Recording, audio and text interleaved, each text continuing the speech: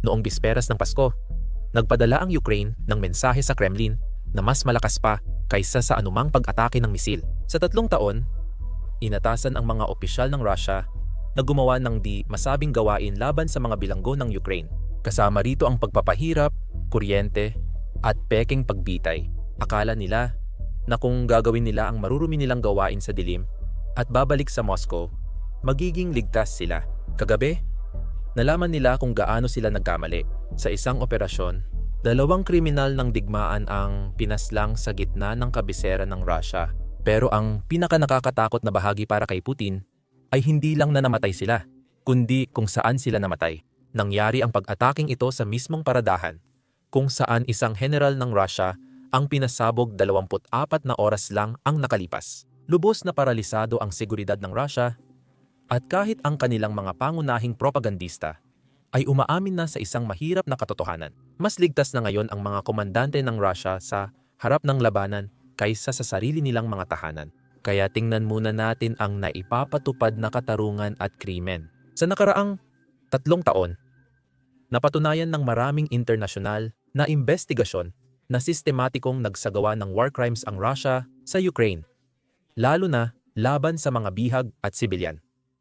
Kabilang dito ang pagpapahirap, kuryente, matinding pambubugbog, pekeng pagbitay, sexual na karahasan, pagpapagutom, pag-abandona sa medikal na tulong, at matagal na pagkakakulong ng walang komunikasyon.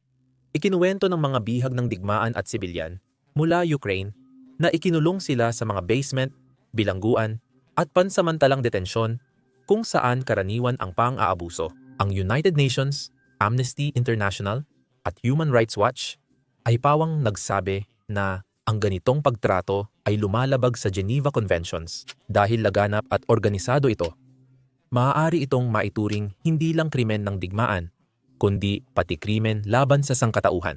Hindi ito magkakahiwalay na insidente, kundi nagpapakita ng pare-parehong pattern sa buong hukbong Ruso at tumutukoy lang sa isang bagay.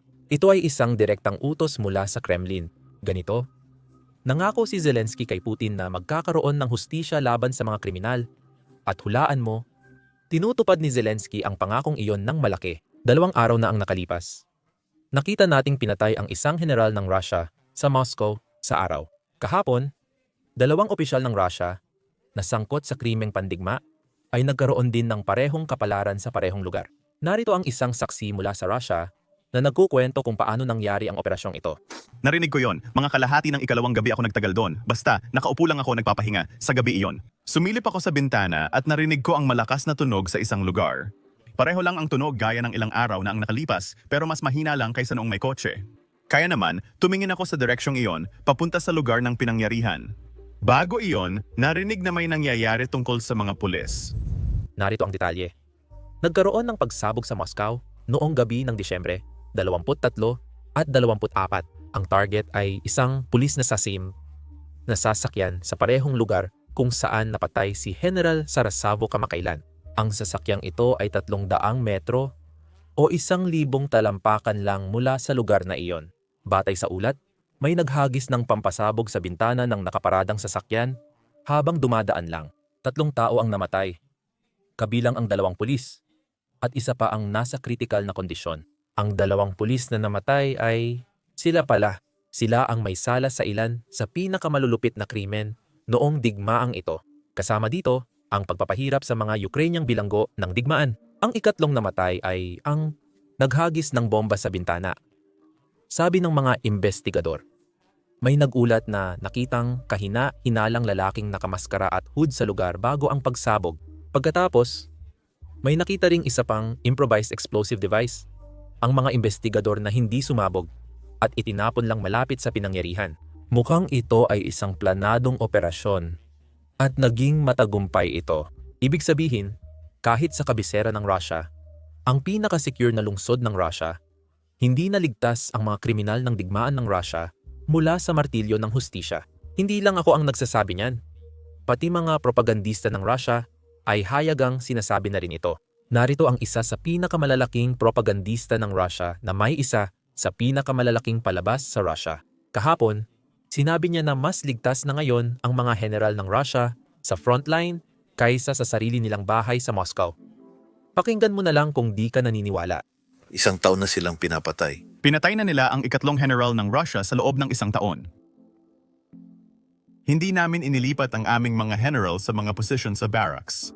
Patuloy silang namumuhay sa parehong paraan, wala silang pera. Samir, ginawa mo ba? Sa loob ng maraming taon, namuhay sa kahirapan ang mga general ng Russia.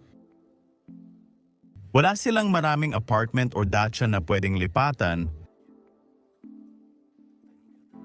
Nagmamaneho sila ng mga simpleng sasakyan, hindi nila kayang mag-hire ng mga bodyguard.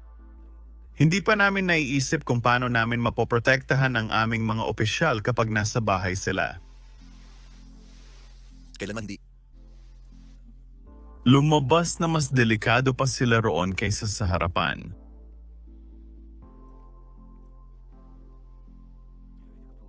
May nagbigay ng impormasyon kung saan nakatira ang general na ito, kung anong sasakyan niya, at kung ano ang kanyang araw-araw na schedule.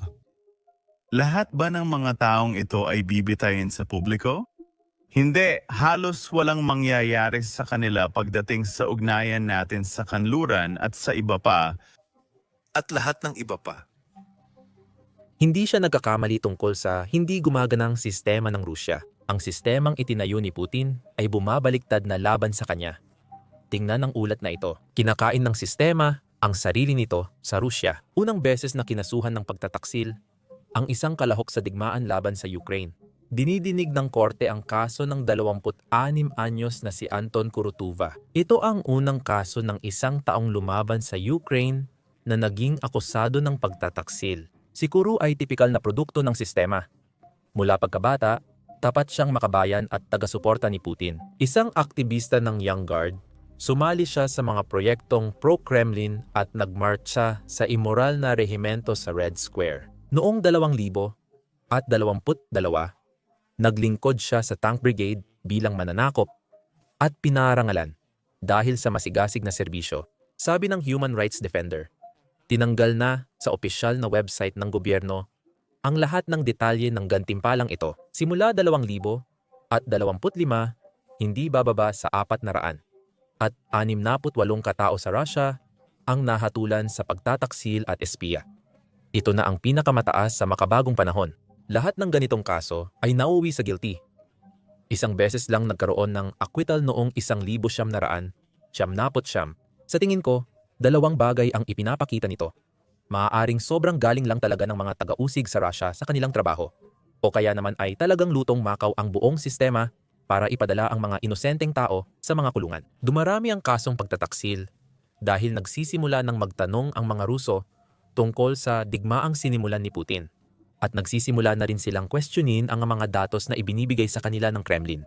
Kung tutuusin, hindi na nagtutugma ang kasinungalingan ng Kremlin. Taon-taon, sa pagtatapos ng taon, iniaanunsyo ng Kremlin ang record na mobilisasyon. Madalas nilang iniaanunsyo kung ilang Ruso ang kusang sumali sa hukbo. Sasabihin nila 250,000 o 400,000 Ruso. Tapos iaanunsyo kung ilan talaga ang lumalaban sa harapan. Ngayong taon, mga 700,000 yon. Pagkatapos, inanunsyo nila ang mga nasawi. Pero parang hindi tugma, lalo na sa mga lumalaban. Dapat halos kasing dami ng sumali sa hukbo ang namatay. Dagdag pa, kahit ano ang panimulang bilang. Pero hindi ito tumutugma at pati, Rusya propagandista nagtatanong na rin. Pakinggan mo. Tatalakayin ko ang bilang ng tropa sa SMO at ilang arithmeticang conclusion nito. Kaya nabanggit na sa linya na mayroon tayong humigit kumulang 700,000 sa SMO zone, tingnan din natin ang opisyal na datos. Simula ng SMO sinabi na 400,000 ang bilang. Agad na tanong dito, kasama ba ang Donetsk na direksyon o hindi? Kasi, sige, ipagpalagay natin, kung hindi sila bibilangin, or kung bibilangin, pumili tayo ng isang panig, sinadya, sa direksyon ng, alam mo na, yung tinatawag na mga estruktura ng Estado. Mobilisasyon ng 300,000 kontratang sundalo para 2022, di ko pa alam ang eksaktong bilang pero pwede ko itong hanapin. Ganyan karami ang pumirma ng kontrata noong 23, dagdag 560,000, noong 24 dagdag, 400,000 sa 25. Opisyal na datos, humigit kumulang 400,000 hanggang 411,000 kontratang pinirmahan doon. Meron tayong 22 milyon. Ang tanong, Kung isa sa alang-alang ang 700,000 na pagkakaiba, lumilitaw ang tanong tungkol sa 1.5. Kaya tinatanong niya kung saan napunta ang 1.5 milyong lalaking Ruso. Sa tingin ko, baka nasa mass grave sila na ipinapahukay ni Putin sa frontline. Sana mas maraming Ruso ang makaalam ng katotohanan. Hanggang mangyari yon, patuloy naming ilalantad ang totoo sa channel na ito. Ako si Sam, magkita tayo sa next na video. Karaniwan na ito sa Ukraine, kaya nag-aaral na lang sa mga basement ang mga bata. Sa ganung paraan, kapag umatake ang Russia, mas ligtas sana ang mga bata. Sa kasamaang palad, walang tamang pasilidad ang basement para sa edukasyon ng mga bata. At hindi rin sila pwedeng manatili sa itaas dahil kulang sa proteksyon para matutong ligtas. Ngayong Thanksgiving, kinausap namin ang United 24 para malaman paano kami makakatulong sa pagbibigay ng ligtas na lugar para mag-aral ang mga batang Ukrainian. Magsisimula kami ng kampanya na pwede mong suportahan sa pag-donate. Pwede kang mag-donate sa link sa description or iscan ang QR code sa screen. Naiiwan namin sa gilid. Gusto ko lang ipaliwanag kung saan mapupunta ang perang ito. Ang perang ito ay gagamitin para masigurong ligtas at komportable ang pag-aaral ng mga batang Ukrainian. Ibig sabihin nito, higit pa sa mga bomb shelter, power generator, at lahat ng iba pang kailangan para magpatuloy ng tuloy-tuloy ang proseso ng edukasyon. Ang katuwang naming organisasyon, United 24, ay opisyal na fundraising group para sa Ukraine na inilunsad noong simula ng digmaan. Mayroon din itong katuwang dito sa Estados Unidos na rehistrado bilang non-profit sa gobyerno ng United States. Nasa website ang lahat ng detalye. Kung nais nyong mag-double check bago mag-donate, lahat ng donasyon ay gagamitin para sa pagbili o pagpapanumbalik ng kailangan para sa kinabukasan ng Ukraine. Tandaan, mahalaga ang bawat donasyon, maliit man o malaki. Pumunta sa website sa pamamagitan ng pag-click ng link sa description o pag-scan ng QR code. Sa website, makikita ang iba't ibang opsyon. Ipinapakita nito ang 10, 24 o 50 para sa akin. Pero kung ayaw ninyo sa alinman dito, maaari rin kayong maglagay ng sariling halaga. Pwedeng 1, 10, 100, o 1,000. Depende sa kakayanan ninyo. Pagkatapos, maaari kayong mag-iwan ng komento kung gusto ninyo. Pwede kayong mag-donate ng hindi nagpapakilala o ilagay ang inyong pangalan sa susunod na screen. May option kayong mag-donate gamit ang credit card, PayPal, Venmo, o Google Pay. Pagkatapos, ilagay lang ang inyong mga detalye at ayos na kayo. At muli, gusto kong linawin, mag-donate lang kung kaya ninyo at mag-donate lang ng kaya ninyo. Kung hindi kayo makakapag-donate, ayos lang din yon. Maipapakita ninyo pa rin ang suporta ninyo sa pamamagitan ng pag-like or pag-subscribe or kaya'y pag-iwan ng komento. Sinasabi ko lang yan. Hindi dahil makasarili ako, pero kapag nakita ng YouTube na mas maraming nakikisalamuha, mas ipapakita nila ang video na ito sa mas maraming tao. At ibig sabihin yan, mas marami tayong makukuhang donasyon ngayon. Bukod pa sa lahat ng ito, may mensahe ako para sa lahat. Hindi mahalaga kung magdo-donate ka o hindi. Mag-post ka lang ng mensahe sa social media tungkol sa Ukraine. Pero huwag ibahagi ang channel o video na ito. Aminin natin, kapag may kaibigan akong nagpipost ng video sa social media, hindi ko yon pinapanood. Kung magsusulat sila ng doom-treng pangungusap tungkol sa mahalagang advokasya, tiyak babasahin at bibigyang pansin ko iyon. Huwag magbahagi ng video o channel. Ibahagi lang ang sarili mong saloobin sa nangyayari sa Ukraine at magpalaganap ng kaalaman. Maligayang araw ng pasasalamat. Ako si Sam, magkita tayo sa susunod na video.